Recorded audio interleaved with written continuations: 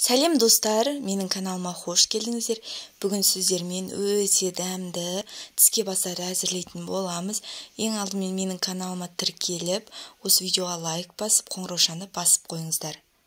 Өте оңай әрі дәмді тіске басарды әзірлеу үшін колбасаны және сырды үккіштен өткізіп алатын боламыз. Одан кейін бізге үй жағдайында дайындалған лаваш қажет болады. Мен бүгін үй жағдайында дайындалған лавашты қолдандым. Дүкеннің лавашын қолдансаңыздар да болады. Мінекей сырды және үккіштен өткізілген колбасаны ыдысқа салып, бір ас қасық көлемінде майонез салып, жақсылап араластырып алатын боламыз. Достар, сіздерге лаваштың дайындалу рецепті менің каналымда бар. Одан кейін лавашты алып, бетіне дайын болған колбаса мен сырды арасына жағып шығатын боламыз және жақсылап дөңгелектеп орап аламыз. Мінекей видеода көрсетілгендей етіп жасаймыз. Достар, келесіде менің каналымдағы рецепттерді бірінші болып көру үшін осы видеоға лайк басып қоямыз. Мінекей осылайынан орап және қазір пышақпен бірнеше бөліктерге бөліп алатын боламыз.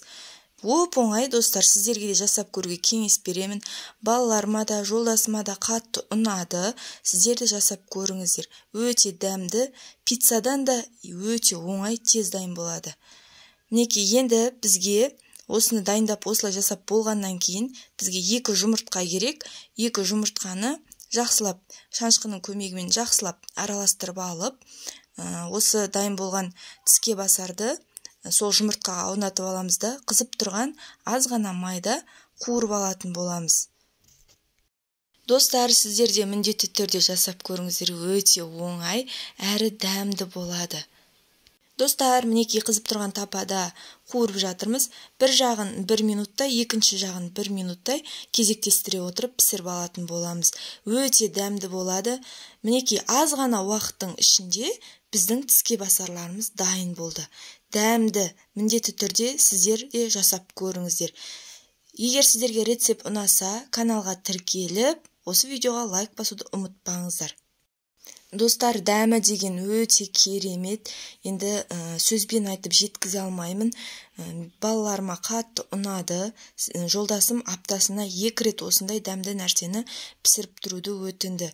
Міндетті түрде сіздер де жасап көріңіздер. Менің арнамдағы келесі рецепттерді бірінші болып көру үшін осы видеоға лайк басып, каналға тіркеліп қойыңыздар. Және қоңыраушаны басуды да ұмытпаңыздар.